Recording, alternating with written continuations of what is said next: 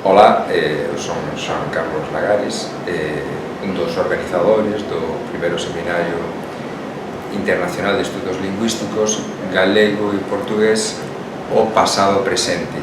Temos a sorte de contar co apoio de institucións culturais, das institucións culturais máis relevantes, non? da Galiza.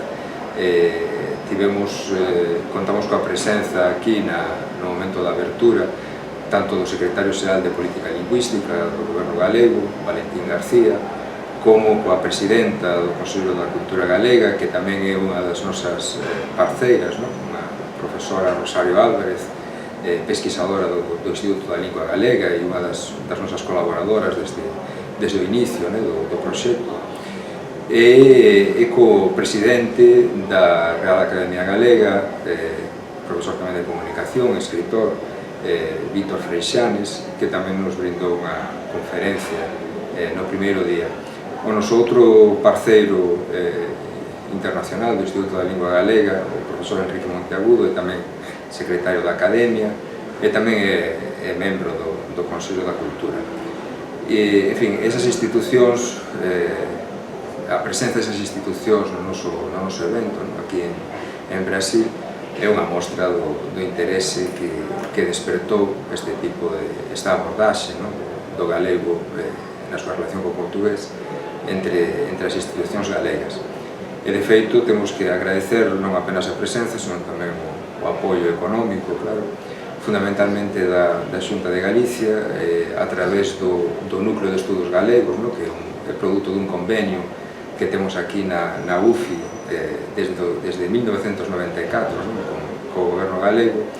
e as nosas colegas do Programa de Estudos Galegos da Universidade do Estado do Río de Janeiro, que é tamén produto dun convenio das mesmas características co Goberno galego. Contamos tamén co apoio económico do Consello da Cultura Galega e do Ministerio de Educación brasileiro a través do CNPq. Iso tamén permitiu que tivésemos actividades culturais ao longo do evento. Este evento é, de alguma maneira, a consolidación ou unha terceira fase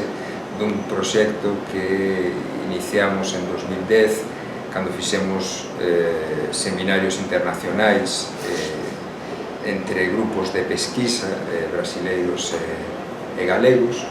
en Santiago de Compostela e aquí en Niteroi, para elaborar, na realidade, un proxecto que permitise estudar dunha perspectiva histórica o galego e o portugués, porque dese o galego, recoñecese o lugar que o galego ten na historia do portugués e que, en fin, deseñase un programa de pesquisas que permitise a participación de lingüistas desde diversas perspectivas teóricas e con obxetos de interese tamén diversos,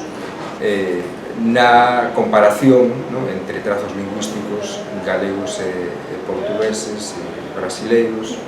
considerando a relación histórica entre ese galego medieval e todas as variedades do portugués actuais e o galego. Depois daqueles encontros en 2010, conseguimos en 2014 dar seguimento a ese proxecto que foi elaborado naquele momento, coa participación desta Universidade Federal Fluminense, da Universidade Federal do Río de Janeiro e da Universidade de São Paulo, do lado brasileiro, xunto con a Universidade de Santiago.